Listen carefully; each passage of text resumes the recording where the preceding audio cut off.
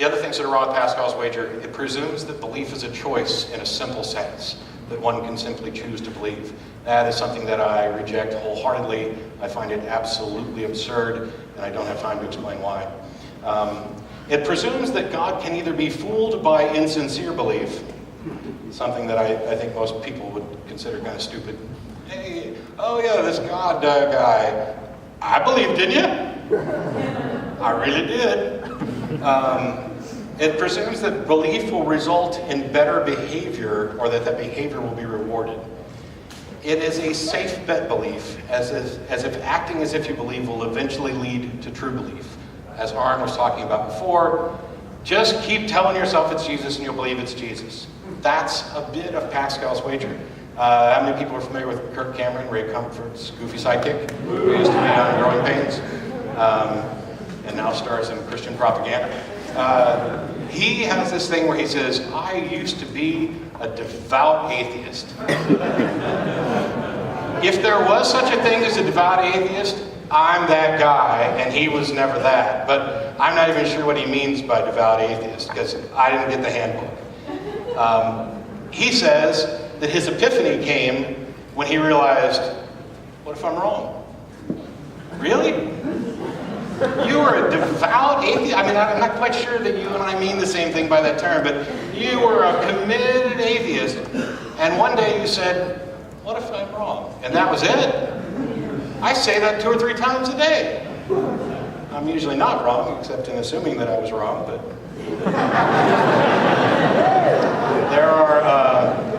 there are counter wagers that atheists have come up with as rebuttals to Pascal's wager, but I don't want to go into them because they're not that much fun. One of the arguments that comes up a lot are arguments for religion.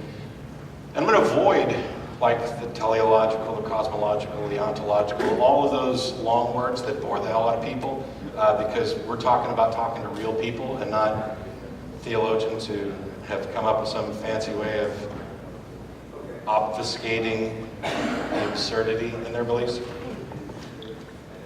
So what I hear a lot is, I used to be addicted to drugs or alcohol, I used to be a pedophile or murderer or rapist, whatever, and God delivered me.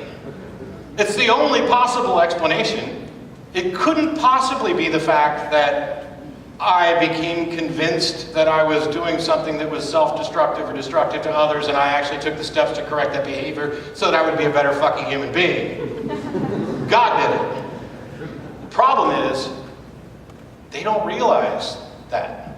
I have gone after Alcoholics Anonymous, I don't care, I don't know how many times, because they begin with this, I'm helpless to fix my problems, I must admit that I'm powerless to admit with regard to my problems, and I must seek out the assistance of a higher power. I might have got those a little wrong because I haven't ever been in the 12-step program, but I'm working on it. Margaritas later tonight. And when I say to the people who say that, because in a way that's a nothing you can say will change my mind argument. This is something I've directly experienced. My life has been transformed by the one and only true risen Savior. I've said that before and meant it, so I know where they're coming from. Congratulations on recovering from your addiction, or your aberration, or whatever it was. I am sincerely happy that you are no longer a danger to yourself or others. Now please explain why you want to give credit to religion. Because I'd like you to take the credit for doing it yourself, and I'll tell you why. It's not because I'm angry at God, or I'm angry at religion, or I don't want religion to get credit for doing good things. Religions have done plenty of good things. Wait, stop, scratch that, that's false. People have done good things and credited religion with those things.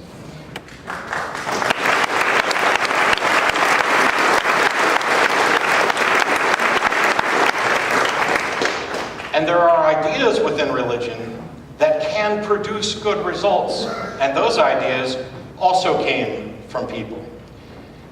What I'd like is for the people who have managed to escape their addiction to realize that it was not a religion. It may have been an idea, it may have been help from someone else, it may have been the compassion of the people who care about them, it may have been the compassion of a group that helped them. But this is something that they actually achieved. And there's an important reason, it has nothing to do with hating religion. It's because if later on they come to the realization, as those of us in the room have done, that their religion is hogwash, they no longer have any foundation to not slip off the wagon. If you build your life on nonsense, when that nonsense crumbles, your life is in jeopardy. And if you think the only thing that's keeping you sober is the loving hand of Jesus keeping the cap on the bottle, as soon as you stop believing in Jesus, you are potentially screwed. We have to teach people. We have to do better. I mean, I'm not saying that this is something that is simple to get across to people. We have to better educate people across the board.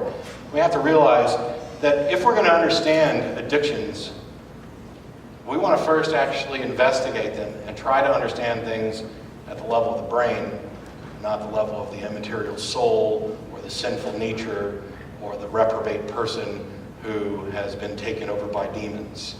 We have to focus on reality. I'm part of the reality-based community. The people who claim their life have been improved by religion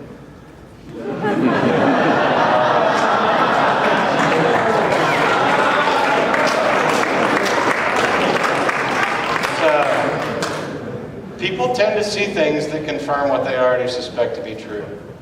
It's confirmation bias. It's why everybody in this room instantly recognized that that is the most handsome face that's ever been produced. I have no idea who it is. Maybe Rick from Pawn Stars. People tend to fall prey to confirmation bias, and we all do it. Nobody in this room is immune. Not even me. And I'm way better than everybody else. And you're free to be better than everybody else on your own too, because there's little delusions I think we can kind of cling to, because it may make us better people. But all joking aside, the confirmation bias happens everywhere, all the time, in ways that you don't even think about. You're more likely to interact with people that you already agree with. Because man, that makes life a hell of a lot easier. Why do I want to go out and argue? I don't want to go out with that guy. He says the dumbest stuff. I just hate it. I'm going to hang out with the people who already agree, which reinforces my own beliefs further. And that's not a bad thing if you're actually right to begin with. But the number of things that any of us were actually right about to begin with is embarrassingly small. We have a sort of intuitive look at reality that is, by and large, correct. Today is pretty much the same as yesterday. The laws of physics didn't get turned on their head overnight. The inferences and inductions that I made about things yesterday hold true by and large today. And that can bite us in the butt when it comes to things that we don't actually have good evidence for. Religion's done a lot of good things for the world in the sense that people have done them. People have done good things, and those people have sometimes been religious, but not always. This common claim that stems primarily from Christian tradition, that an atheist can't be a good person, is absolute nonsense. Some of the best people I've ever met and interacted with are in the atheist community. I'm not just saying that for like the, hey, Oklahoma, give me a round of applause. It's true. Because once you get rid of the nonsense, the clutter that religion erects around you that prevents you from seeing reality, and you recognize, wow, I'm kind of stuck out here in this mess, in the weeds, pretty much dependent on myself. All of a sudden your interactions with other people, by and large, tend to improve. Your appreciation of the wonder of reality increases, because a simple little thing like a flower can be beautiful on its own without the idea that some God made it. And the idea that a God made it really depreciates it, because if there's this guy who can do anything, I mean, he could make a flower that is so beautiful that you had an orgasm and passed out the second you look at it, which makes this one just kind of paltry. All of life is diminished by this concept of God. The good news in these debates is that you've got the burden of proof working in your favor on almost all of them, except for those of us who are, in fact, anti-theists, and damn proud of it, who think that we can demonstrate rationally, not to an absolute certainty, but to a reasonable certainty, that gods, as they are generally presented, simply do not exist. That's a different talk. I try to confuse people. I posted this on Christmas, mainly to get back at Dave Silverman, but also to kind of confuse some people. There were big discussions about Christmas trees and Christmas. And so yeah, that's my candy cane pajamas and the atheist tree t-shirt that I did in paint, which is kind of like Photoshop for dummies. But that's the thing, is that your goal? I mean, what are your goals? I mean, obviously my goal isn't to actually confuse people.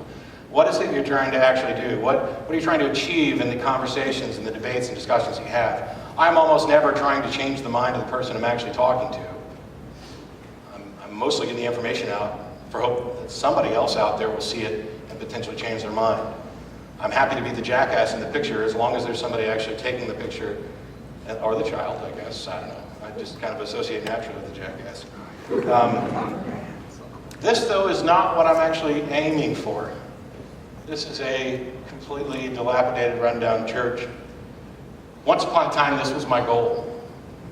I wanted religion gone, and I wanted this to be the last symbol of irrational thought.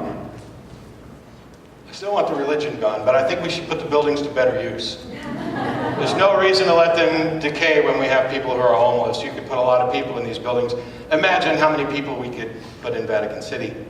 And how long we could feed them if we opened up their vaults. I'm trying to change minds. Thank you. Yeah.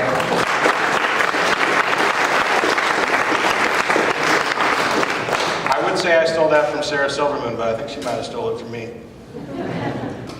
But, so this isn't my goal anymore, but I am trying to change minds in every way, and I'm not willing to compromise. I'm not willing to pretend that just because we're all entitled to our beliefs, that all beliefs are necessarily equivalent. Some beliefs, or that some beliefs should be considered above criticism. Nobody's beliefs are, not mine, not anybody else's. So what do I believe? Well, it's pretty clear what he believes. If you can't read it, it says, "In God I truck" on the back of that, along with Bible verses.